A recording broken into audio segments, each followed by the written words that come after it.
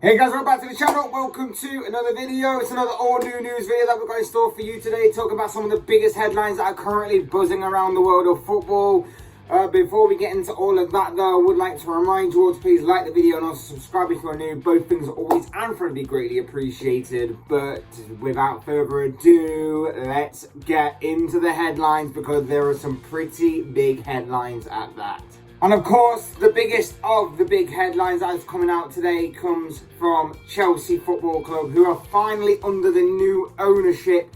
Obviously, we have been looking at this Chelsea situation. We've been analysing it, talking about it a lot amongst ourselves. It's a pretty massive story that's been developing over the past couple of months or so. But it seems that Chelsea have finally got their owners, and it seems that a new chapter in the history of Chelsea Football Club is set to begin. A new era is set to get underway, and it is pretty much interesting times for Chelsea, who confirmed very early this morning that they have finally agreed terms of a new ownership group led by Todd Bowley, Clear Lake Capital, Mark Walter, and Hasjoy Weiss. I hope I'm pronouncing that name right, but I don't think so. So all of that is finally completed. All of that is taken control of. Chelsea Football Club are finally under new ownership. They confirmed in a statement that they put out earlier this morning that read, Chelsea Football Club can confirm that terms have been agreed for a new ownership group led by Todd Bowley, Clear Lake Capital, Mark Walter, and the person's name who I cannot pronounce, to acquire the club. Of the total investment being made, 2.5 billion will be applied to purchase the shares in the club, and such proceeds will be deposited into a frozen UK bank account with the intention to donate 100% to charitable causes, as confirmed by Roman Abramovich. UK government approval will be required for the proceeds to be transferred from the frozen UK bank account. In addition, the proposed new owners will commit 1.75 billion in further investment for the benefit of the club. And this includes investments in Stamford Bridge, the academy, the women's team and Kings Meadow, and continued funding for the Chelsea Foundation. So all in all, it looks pretty positive for Chelsea. They have new ownership, which means they are not going out anytime soon. They are not a finished club. They are not done by any means of the imagination. And now that new owners are coming in, interesting times do lie ahead. We already talked about, it already mentions there about the investment that they're going to put into it across everything to do with Chelsea, the community, the training ground, the men's squad, the women's squad, everything in between as well, and the new stadium and everything like that. Of course, that's going to be interesting to see how that all develops going forward. But there are still some question marks. Of course, there's going to be with this kind of thing. Will it work out is obviously the big one. But what is set to become of Thomas Tuchel? How will the club move forward from this?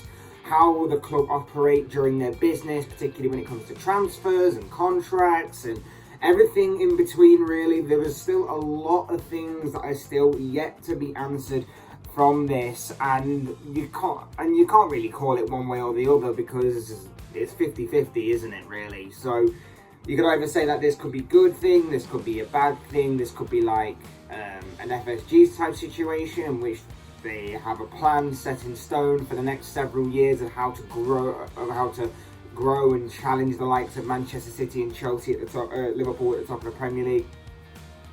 Or you could say that this is going to be the Glazers type situation, in which they continue to take money out of the club, putting into it, and they don't really invest, they don't really care. Maybe it could be one way or the other, but it's difficult to tell really which way that's going to go. It's going to be interesting to see like how Chelsea develop and continue to work going forward.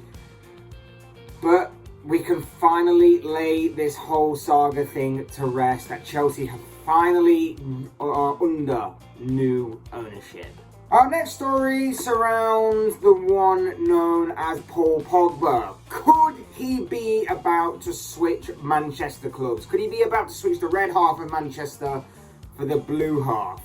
Well, according to reports that came out late last night, several sources are claiming that Paul Pogba could exactly be about to do that. He could be about to switch Manchester United for Manchester City. In this type of Carlos Tevez style situation. Remember him? Remember how a number of years ago now he switched Manchester United for Manchester City in what was a bitter act of seemingly betrayal? Well, Paul Pogba could be about to do something very, very similar. Pogba's contract is of course up in the summer, and because of that he is free to go wherever he pleases, and allegedly numerous reports came out last night.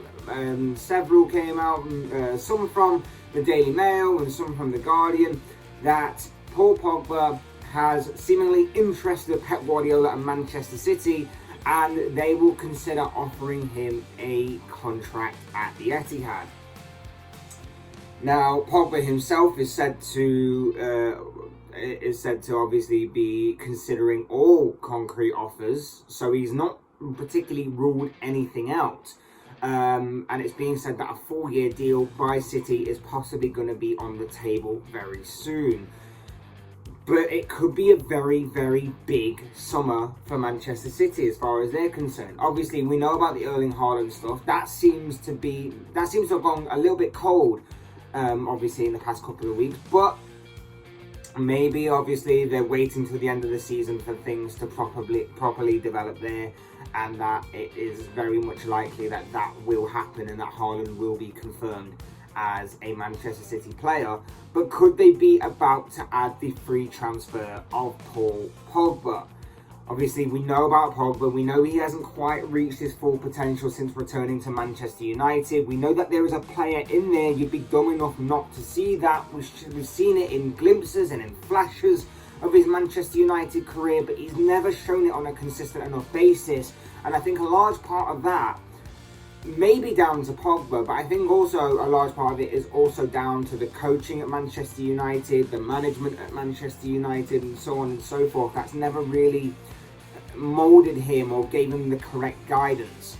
Obviously, playing under Pep Guardiola, one of, if not the best manager in the game today, and with his coaching staff and with his style and with the way that he plays, it could be the perfect fit for Paul Pogba to reignite his career. Maybe I know that he's obviously getting towards his late 20s, maybe even towards his early 30s, but there's still a player in there. Of course there is. Like I say, you'd be dumb enough not to see it. There is definitely a player in there. He's just never shown it or shown himself on a good enough or consistent basis going forward. So that could be a very interesting development in the career of Paul Pogba. It could be a very interesting development in the rivalry of both Manchester clubs, and it could be another interesting addition to obviously Manchester City's growing and just quality filled and talent oozing squad, or whatever you want to put it. But yes, going forward, it could be interesting to see what the future holds for one Paul Pogba. For our next story, we come to Liverpool, who are allegedly set to offer 2 of their star players new contracts at Anfield. The 2 players in question are one Sadio Mane and one Joe Gomez. They are both apparently being readied up for new contracts in the summer after the end of this season. Mane, obviously, his contract does expire next year, and there's been a lot of talk about his future that's starting to develop and snowball. But since the arrival of Luis Diaz, who seemingly has given him a bit of a shot in the arm over his performances, and also since having his form resurrected and re-established, shall we say, from moving from the left wing to more of the central role, that false number 9 role that Jurgen Klopp loves to play so much. He has really, like I say, resurrected his form. He's come good again. He's starting to fire on all cylinders yet again, scoring more goals, assisting, and putting in some top quality performances.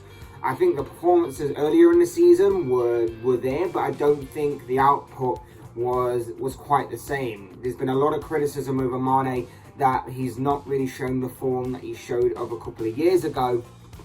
And that's a fair assessment, but I always said that maybe he's being a victim of his own success in many ways, and that he's been overachieving so much that when the numbers, that were still pretty impressive by the way, didn't quite match up to previous years at his Liverpool career, they kind of pinpointed that and said that, well, Mane's done, he's washed up, he's finished. I said that that's not the case. He's still good, and proof is what is happening right now with Mane. I think, like I say, he has re-established himself. He's gone from being this, I'd say, sort of stale left winger, because I would say that whilst he was still a threat and whilst people were still fearful of what Mane can offer, I would say that he became a bit predictable on the left wing, a bit stale. But now that he's moved into the centre, it's breathed new life into him. And obviously a lot of that is to do, I think, with the signing of Luis Diaz and how Luis Diaz has also hit the ground running. And obviously how Klopp has obviously made that change to shift Mane more into that central role. So I think that's pretty good on both parts. It's being said that Mane, obviously, whilst the Mohamed Salah situation, the saga continues to rumble on, is not asking for as much as Mohamed Salah. He's allegedly asking for a minimum of 300k a week, it seems, something in that ballpark, somewhere around that kind of region. And it seems that Liverpool will likely strike up a deal between themselves and Mane in the summer, and that Mane's stay at Anfield will go on long after his original contract in 2023 expires. So that's one down. About Joe Gomez, of course, he's found it difficult to get into the Liverpool team this season. He's been a bit of a squad rotation player, but has really come into the fold these past few months, mainly playing at right back. Of course, he's come in a few times whenever Trent Alexander-Arnold, the usual right back, has needed a rest. So that's going to be interesting to see if Gomez does remain there, or whether he's going to be obviously still used as that rotational backup centre-back, which is obviously his seemingly more preferred role. But he's made absolutely no problem whatsoever, in my opinion at least, in being that backup right-back. I think he's done very well coming into the squad whenever he's been called upon to capitalise on that, and obviously help Trent get through to the rest of the season rather than have Trent play every single minute of every single game. He's put in some very good performances. He's a different kind of right back to Trent. Obviously, being a natural born centre back, he's a bit more defensive minded. So it will be interesting to see what his take on this is, because obviously he's not getting the full game time. He's not the first choice, shall we say. But when he does play very well. There is still a very good player in there. He's arguably one of the best that England defenders that they have to offer right now. Even though obviously he's not in the starting 11 each and every week. But he's still a very good defender. He's had a bad time with injuries, of course, but he's always come back and he's fought back to play very well. And like I say, he's done very well this season wherever he has been dropped in. And it will just be interesting to see whether he decides that he wants a new challenge or he wants more first team football, because he could fit into the majority of the teams in the Premier League, I believe anyway. So it will be interesting to see what he feels on this situation. But overall, both Sadio Mane and Joe Gomez look set to be entering into contract negotiations with Liverpool over staying at Anfield for their long-term futures. And finally, we come to Mikel Arteta, who has extended his stay at Arsenal after he signed a new contract yesterday. This has definitely split fans, whether it be fans of Arsenal or rival fans, right down the middle on this situation, because obviously Arteta in the Arsenal position of management has definitely caused divide and will definitely cause debate over whether he deserves his contract or not. Originally, Arteta's contract was set to expire at the end of next season, but now he has signed on until at least 2025.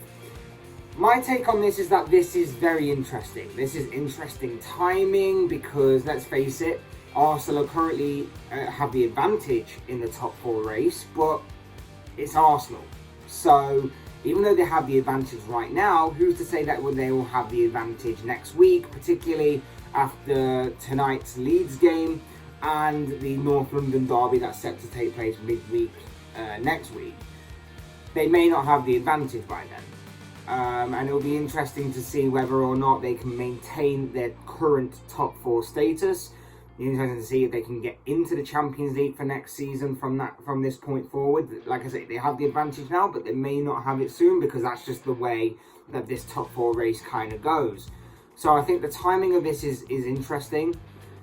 I think, like I say, from what I've seen on social media and other YouTube channels and stuff, that it's split people down the middle. People want to give him another chance. People want to kind of see where this top 4 thing goes. People want him out straight away. It's definitely split people down the middle. For rival fans, if you're being neutral, it's something similar to the Arsenal fans. They either see him as not good enough, or they either see him as maybe he can lay the foundations to build something. I personally feel in that camp of, I think at this moment in time, top 4 or challenging for the top 4 and challenging for a domestic trophy is definitely his ceiling right now. He's obviously steps away from competing with Chelsea, I believe. I think and therefore he's definitely even further behind challenging the likes of Liverpool and Manchester City. But I think for right now, that is currently his ceiling going forward. I think he has been helped out a lot this season with obviously only really playing 1 game a week. He's not had any European football to contend with. He's been knocked out the FA Cup early. He got to the semi-final of the Carabao Cup. But overall, he's not had too many games to worry about. I think that he definitely needs to add to his squad this summer. There's still places, particularly in the attacking options, his strikers, and definitely to add some depth into his midfield that he needs to obviously address. It's going to be interesting going forward, this one. Like I said, I think the timing of this is a bit bizarre considering where Arsenal are right now and where they may end up or may not end up come the end of the season. I think that obviously where I've said that Arteta currently is and where his ceiling is kind of goes into that as well. But in my opinion, there's no reason to doubt that this guy could lay the foundation for someone to come in who is an upgrade on him, and a better manager, a better coach maybe, can then take over the squad that Arteta has built initially and then build even further upon it to take them to that next level. There's no doubt in my mind that could happen. Obviously, there is the slim chance that maybe Arteta could surprise us all, and that maybe with a bit more experience, maybe could go on to reach that next level. I highly doubt it personally. I just think that his ceiling is definitely is hitting that top 4 mark and challenging for domestic trophies. But we'll wait and see. We now know though that Mikel Arteta will be at least staying till 2025 after signing a new contract yesterday with Arsenal Football Club. And that wraps up this New-Newz video. As I always say, guys, these are just the thoughts, comments, opinions, predictions, whatever you want to call it, of this guy. I want to know what you guys think. What do you make of any of the news stories that I talked about within this video? What do you make of the Chelsea takeover? Do you see it being a good takeover for Chelsea? Do you see it ended up being a bad thing for Chelsea with this new group? I'd love to know your thoughts, comments, and opinions on that, because that will obviously be very interesting times do lie ahead for the Blues. What do you make of this Paul Pogba situation? Where do you see him playing his football for next season? Will it be Manchester City in this kind of traitor Judas type situation that is apparently brewing between both Manchester clubs. That could be interesting as well. What do you make of the Liverpool situation regarding Sadio Mane and Joe Gomez? Do you think that they deserve new contracts? Do you think it's right that they're giving them to them? I'd love to know your thoughts, comments, opinions on that as well. And what do you make of the Mikel Arteta situation? Did he deserve a new contract to Arsenal, or do you think this is a mistake by the club and another example of how bad the Kroenkes are running Arsenal Football Club? I'd love to know your thoughts, comments, opinions, predictions, feelings, whatever you want to call it, down below in the comment section. I'm sure it'll make for interesting reading. Otherwise, hit the like button on the way up. Enjoy the video, subscribe if you're new or want to see more content like this. But things are always and forever be greatly appreciated. And as always, thank you all so much for watching and listening. I've been Fletch. This has been another all new news video, and I will see you all again soon in another video.